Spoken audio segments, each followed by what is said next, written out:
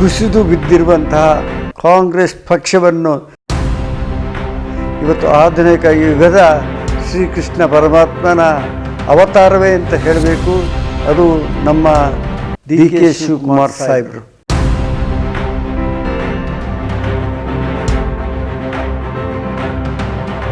ಈ ಎರಡು ಜನ ಕಾಂಗ್ರೆಸ್ ಪಕ್ಷದ ಕಟ್ಟಾಳುಗಳ ಒಂದು ಹೋರಾಟದ ಫಲವಾಗಿ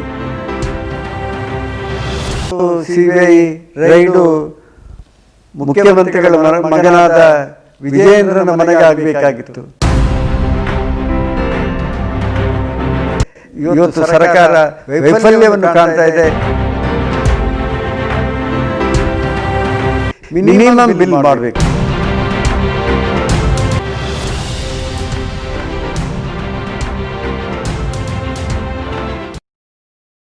ವಿವಿಧ ಕ್ಷೇತ್ರದಲ್ಲಿ ಸಾಧನೆ ಮಾಡಿದ ಗಣ್ಯರು, ಪ್ರತಿಭೆಗಳ ಅನಾವರಣ, ಪ್ರಸ್ತುತ ವಿದ್ಯಮಾನದ ಸಮಸ್ಯೆ, ವಿಮರ್ಶೆ, ಭರವಸೆ ಇವೆಲ್ಲದರ ಪ್ರತಿಬಿಂಬವೇ ನ್ಯೂಸ್ ಟೈಮ್ ಅತಿಥಿ ವಿಶೇಷ ಕಾರ್ಯಕ್ರಮಕ್ಕೆ ಸ್ವಾಗತ.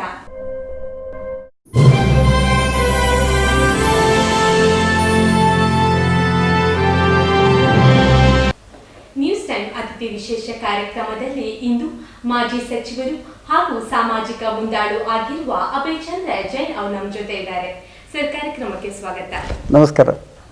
ಕಾಂಗ್ರೆಸ್ ಪಕ್ಷಕ್ಕೆ ನೂತನ ಸಾರಥಿಯಾಗಿ DK ಶಿವಕುಮಾರ್ ಅವರು ನೇಮಕವಾದ ಬಳಿಕ ಪಕ್ಷ ಸಂಘಟನೆ ಕಾರ್ಯ ಯಾವ ರೀತಿ ನಡೀತಾ ಇದೆ?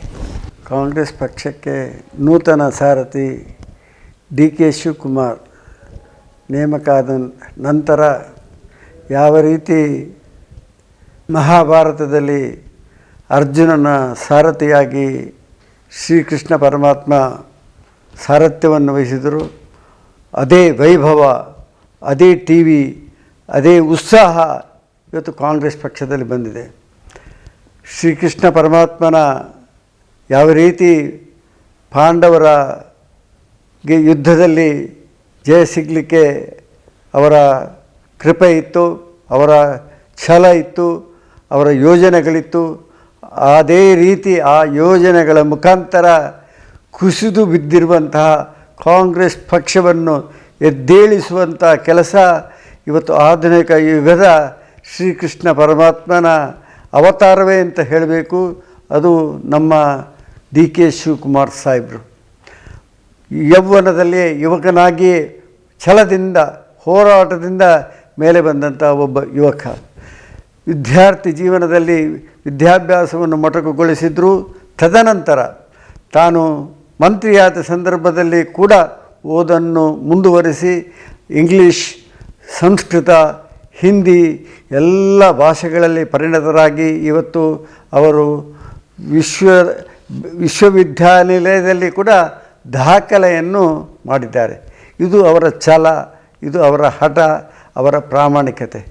ಇವತ್ತು ವಿದ್ಯಾರ್ಥಿ ನಾಯಕನಾಗಿದ್ದು ತದನಂತರ ಪ್ರಥಮವಾಗಿ 1983ರಲ್ಲಿ ಅವರು ರಾಜಕೀಯ ರಂಗಕ್ಕೆ ಪ್ರವೇಶ ಮಾಡಿದಂಥ ಓರ್ವ ಧೀಮಂತ ನಾಯಕ.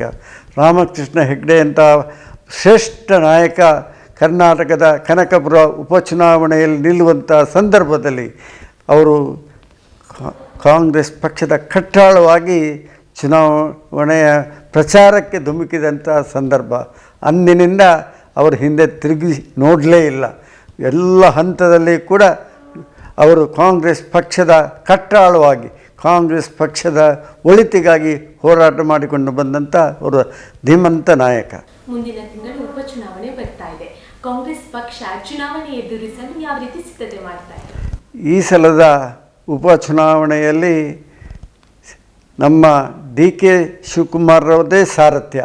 ಅದರೊಡನೆ ನಮ್ಮ ಬಡವರ ಬಂಧು, ಕರ್ನಾಟಕದಲ್ಲಿ 5 ವರ್ಷ ಸುಭದ್ರವಾದಂಥ, ಶುದ್ಧವಾದಂತಹ, ಚಾರಿತ್ರ್ಯವಂತವಾದಂಥ ಸರ್ಕಾರವನ್ನು ಕೊಟ್ಟಂತಹ, ಬಡವರ ಒಳಿತಿಗಾಗಿ ತನ್ನ ಜೀವನವನ್ನೇ ಮುಡಿಪಾಗಿಟ್ಟಂತಹ ಅವರ ಅರ್ಥಶಾಸ್ತ್ರಜ್ಞ ನಮ್ಮ ಮಾಜಿ ಮುಖ್ಯಮಂತ್ರಿ ಸಿದ್ದರಾಮಯ್ಯನವರ ನಾಯಕತ್ವದಲ್ಲಿ ನಾವು ಆ ಚುನಾವಣೆಯನ್ನು ಎದುರಿಸ್ತಾ ಇದ್ದೇವೆ. ಖಂಡಿತವಾಗಿ ನಮಗೆ ಆತ್ಮವಿಶ್ವಾಸ, ಇವತ್ತು ಕಾಂಗ್ರೆಸ್ ಪಕ್ಷದ ಯುವಕರಿಗೆ ಆತ್ಮವಿಶ್ವಾಸ ಬಂದಿದೆ. ಆ ಇಬ್ಬರು ನಾಯಕರು, ಅದರೊಡನೆ ನಮಗೆ ದೊಡ್ಡ ಗುರುಗಳು ಖರ್ಗೆ ಅವರು ಇವತ್ತು ಲೋಕಸಭೆಯಲ್ಲಿ ದೊಡ್ಡ ಸ್ಥಾನಮಾನದಲ್ಲಿದ್ದಾರೆ. ಅವರ ಆಶೀರ್ವಾದ, ಈ 2 ಜನ ಕಾಂಗ್ರೆಸ್ ಪಕ್ಷದ ಕಟ್ಟಾಳುಗಳ ಒಂದು ಹೋರಾಟದ ಫಲವಾಗಿ 2 ಉಪಚುನಾವಣೆಯಲ್ಲಿ ಕಾಂಗ್ರೆಸ್ ಗೆದ್ದು ಬರ್ತದೆ. ನಮಗೆಲ್ಲ ಗೊತ್ತಿರುವ ಹಾಗೆ ಡಿ.ಕೆ. ಶಿವಕುಮಾರ್ ಅವರ ಮನೆ ಮೇಲೆ ದಾಳಿ ಆಗ್ತದೆ. ಇದು ರಾಜಕೀಯ ಪಿತೂರಿಯಾ? ಇದು ರಾಜಕೀಯ ಪಿತೂರಿಯೇ.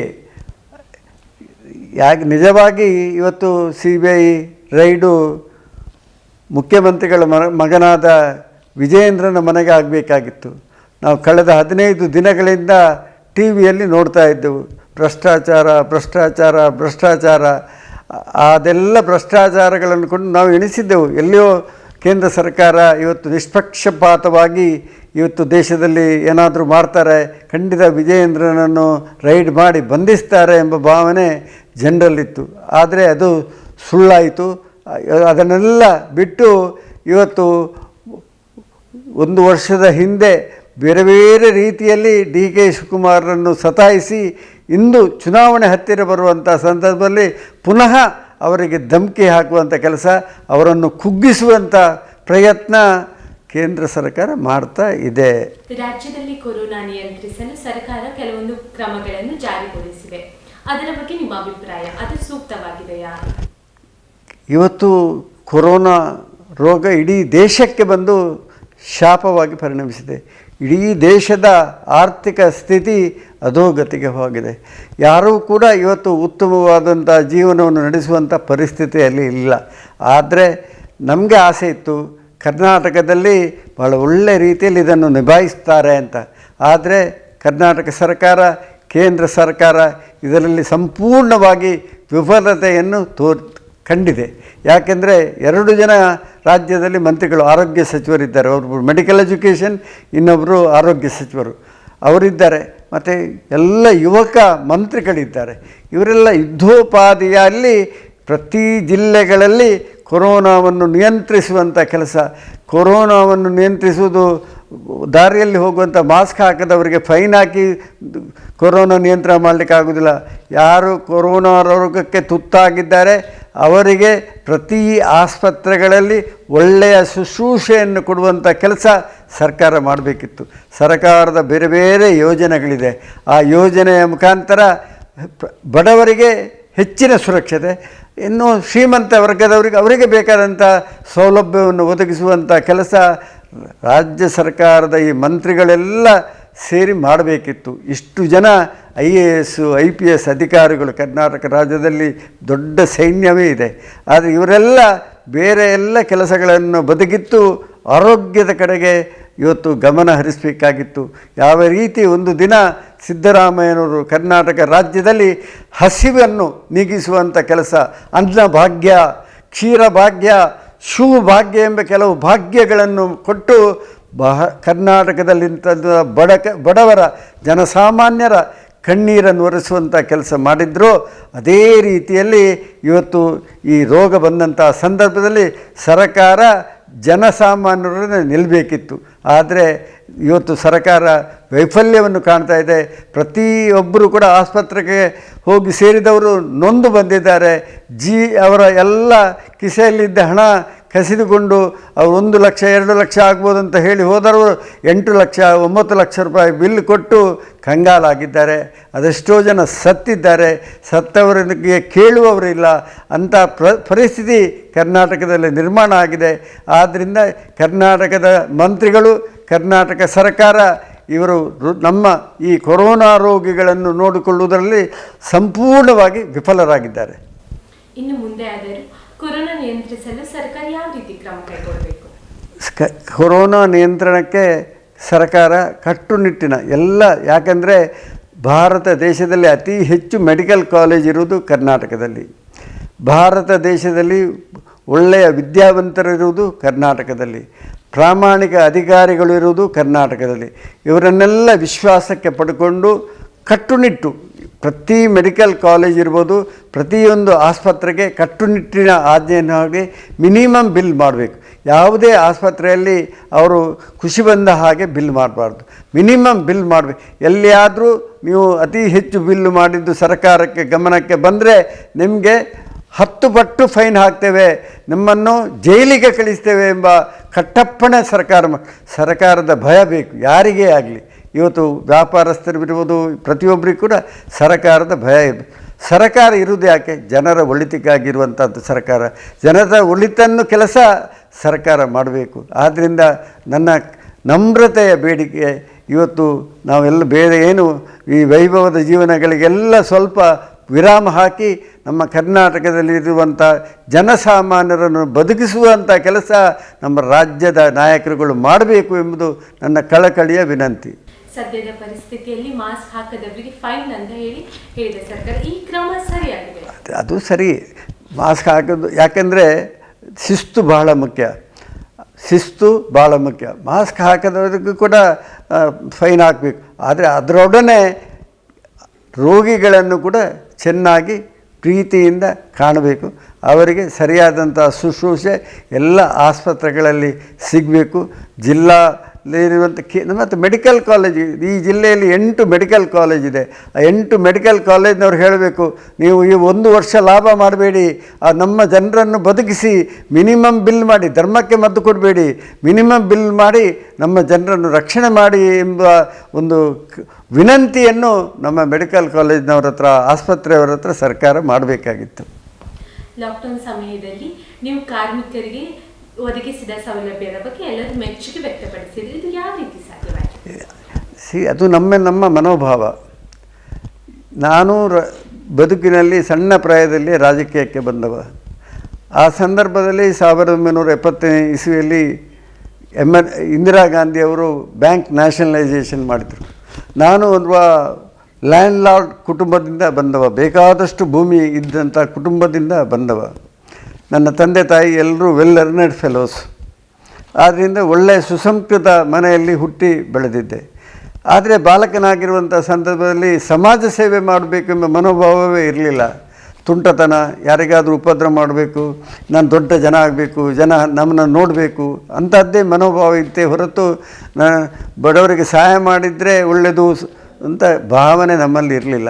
ಆದರೆ ಯಾವುದೋ ಒಂದು ಸಂದರ್ಭ 69ನೇ ಇಸ್ವಿಯಲ್ಲಿ ಇಂದಿರಾ ಗಾಂಧಿಯವರು ಬ್ಯಾಂಕ್ ನ್ಯಾಷನಲೈಸೇಷನ್ ಮಾಡಿದರು. ಆ ಸಂದರ್ಭದಲ್ಲಿ ಆ ಕಪಿಮುಷ್ಟಿಯಲ್ಲಿದ್ದಂಥ ನಮ್ಮ ಭಾವನೆ ಬದಲಾವಣೆ ಆಗಿ ಈ ದೇಶದ ಬಡವರಿಗೆ ಇಂದಿರಾ ಗಾಂಧಿಯವರು ಸಹಾಯ ಮಾಡ್ತಾ ಇದ್ದಾರೆ, ನಾವು ಅವರನ್ನು ಮೆಚ್ಚಬೇಕು ಎಂಬ ಮನೋಭಾವ ನನ್ನಲ್ಲಿ ಬಂತು.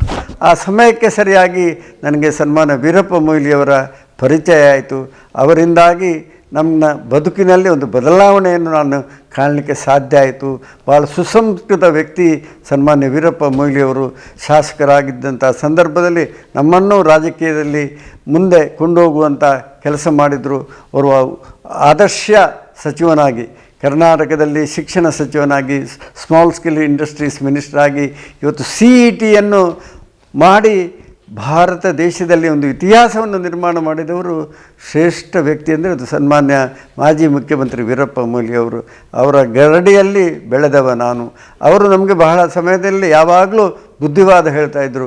ಅಭಯಚಂದ್ರ, ಶ್ರೀಮಂತಿಗೆ ಯಾವತ್ತೂ ಶಾಶ್ವತ ಅಲ್ಲ, ಜನಸಾಮಾನ್ಯರನ್ನು ಪ್ರೀತಿಸುವುದೇ ಜೀವನದಲ್ಲಿ ನಿನ್ನ ಗುರಿಯಾಗಬೇಕು, ಆವಾಗ ಖಂಡಿತವಾಗಿ ನಿನಗೆ ಯಶಸ್ಸು ಸಿಗ್ತದೆ ಎಂಬ ಮಾತನ್ನು ಪದೇ ಪದೇ ನನಗೆ ಹೇಳ್ತಾ ಇದ್ದರಿಂದಾಗಿ ಅವರ ಬದುಕನ್ನು ಕಂಡು ನಾನು ನನ್ನ ಬದುಕನ್ನು ಬದಲಾವಣೆಯನ್ನು ಕಂಡುಕೊಳ್ಳುವಂಥ ಕೆಲಸ ಮಾಡಿದೆ.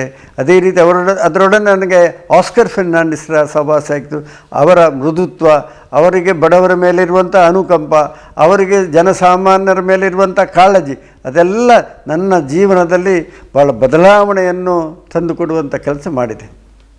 ಉಪಚುನಾವಣೆ ಹಾಗೂ ಕೊರೋನಾ ನಿಯಂತ್ರಿಸಲು ಸರ್ಕಾರ ತೆಗೆದುಕೊಂಡ ಕ್ರಮಗಳ ಬಗ್ಗೆ ತಮ್ಮ ಅನಿಸಿಕೆಯನ್ನು ಹಂಚಿಕೊಂಡ ಸರ್ ನಿಮಗೆ ಧನ್ಯವಾದಗಳು. ನಮಸ್ತೆ.